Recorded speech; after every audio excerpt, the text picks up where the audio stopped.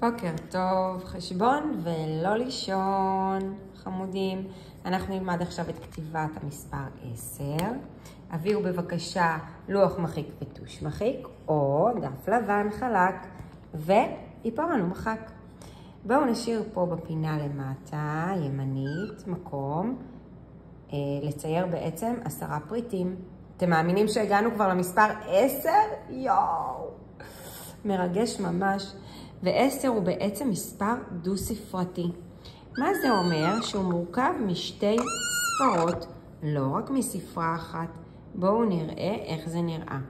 בעצם אנחנו לוקחים שתי משבצות לספרה 1 ושתי משבצות לספרה 0, שהן מרכיבות את המספר 10. אז בואו נראה, נקודת התחלה, עולה, ולרצפה נחת, זה 1, ונקודת התחלה ל0, וסוגרים על פני שתי משבצות, המספר שהתקבל 10, נקודת התחלה 1 ו0, זה המספר 10, שימו לב, הם צמודים כי הם מרכיבים ביחד את המספר הדו-ספרתי שלנו 10. נקודת התחלה 10. שימו לב, פה עשיתי רווח בין שני המספרים.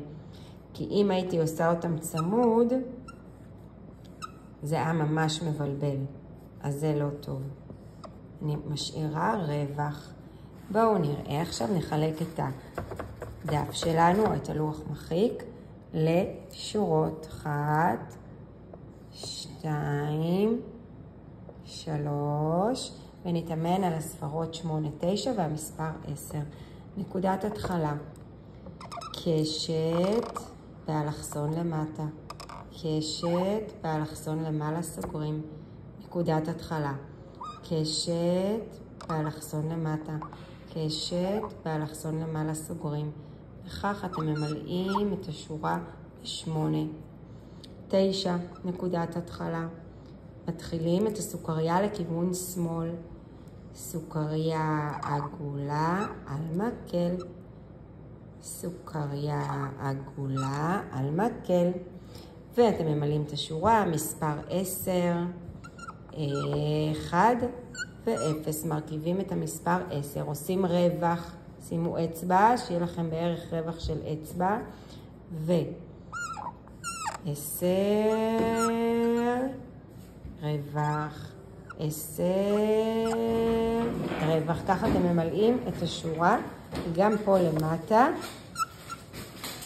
ממלאים חצי שורה עם רווח. שימו לב, יש פה רווח. בהצלחה, לא לשכוח 10 פריטים. 1, 2, 3, 4, 5, 6, 7, 8, 9, 10. בהצלחה מתוקים.